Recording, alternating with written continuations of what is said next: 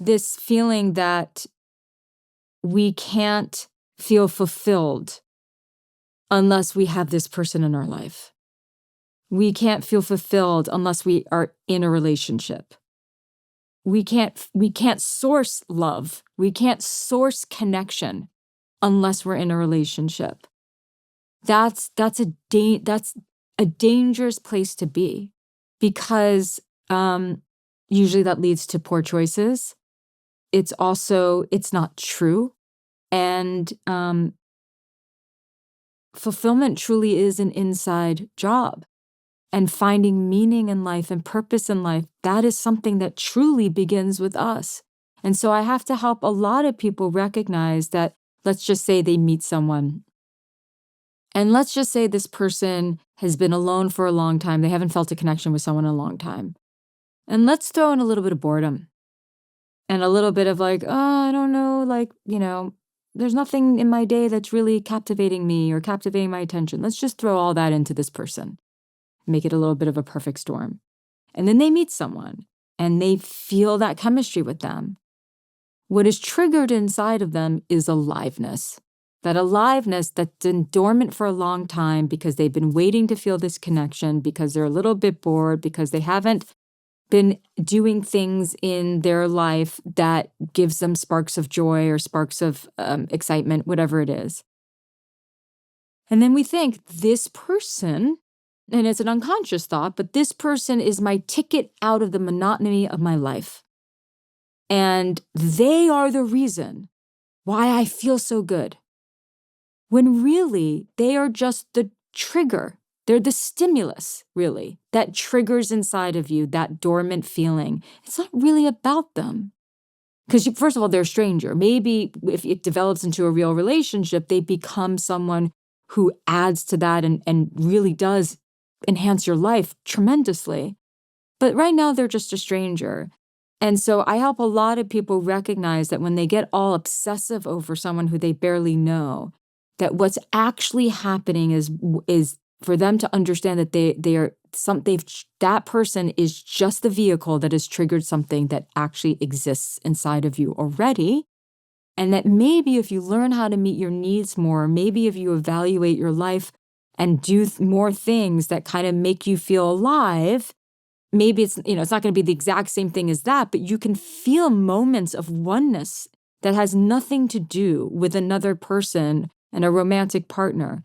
Then we can start to craft a different story for that person.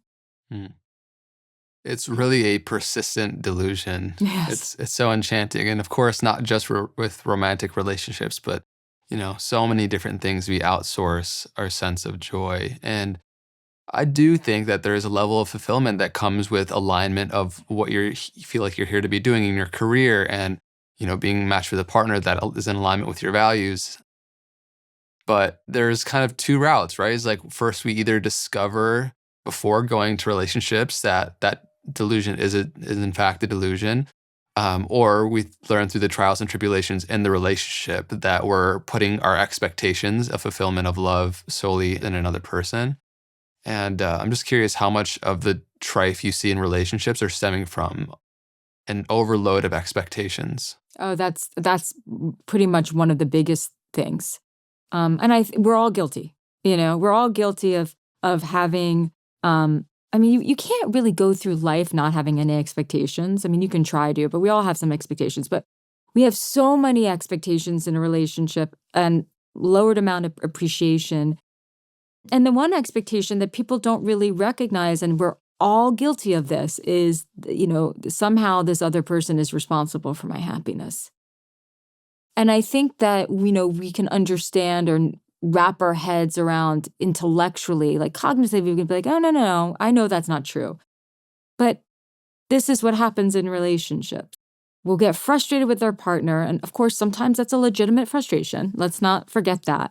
But oftentimes we'll get frustrated with our partner, and it's because they are not exactly how we want them to be in that moment. And what we're doing is projecting our expectations, our perfectionism, our stuff onto them. And then we see them as falling short when really the problem is not them. The problem is in our thinking and not actually appreciating that person for who they are. And that is happening all the time. And the reality of how it happens all the time is very much so unconscious, right? Yes. Like we're unaware to the degree in which our subconscious projections are happening.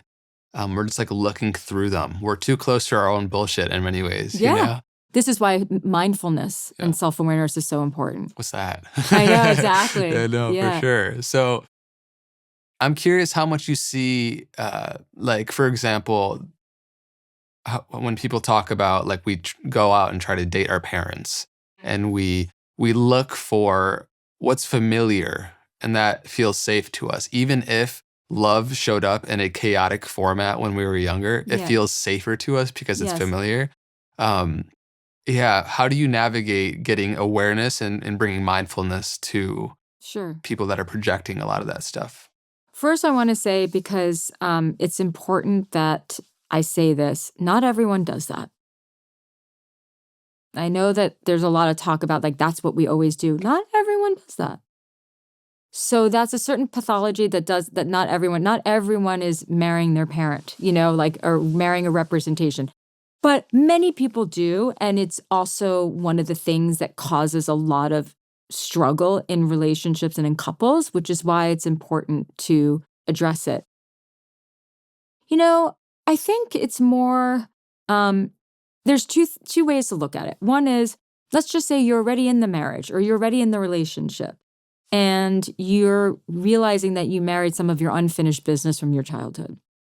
Then it's just about bringing awareness to the couple and then helping each other manage your projections and communicating and sort of building a new story and healing together. I mean, that's really the goal. When it comes to dating, I think it's, well, let's just say it's problematic when you date the parent who, once again, you have unfinished business with, unresolved stuff with. And so then maybe your father ignored you, or your father was an alcoholic and ignored you, or wasn't very nice to you. And then you're dating people who look and their vibe is totally different. But guess what? You're like in that same familiar feeling dynamic with them. Learn. Let's say you're single and looking, learn about what works for you, what are some of the patterns that you have, and hopefully you learn and you wise up and you choose someone different. You'd say, oh, now I know what to look for. I don't want someone with whom I have to have this dynamic with. That's too painful. Okay, so what is it about this person? Well, maybe they have this character, this trait or that trait.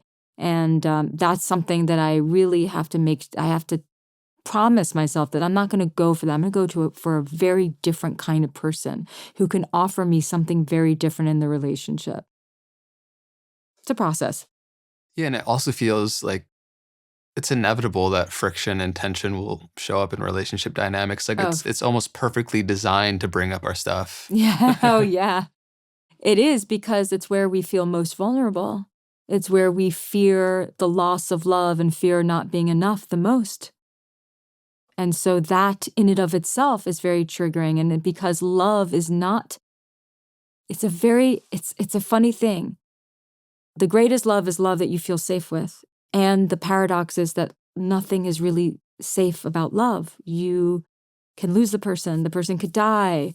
They're not obligated to keep loving you. So there's so much uncertainty that's built into being in a relationship.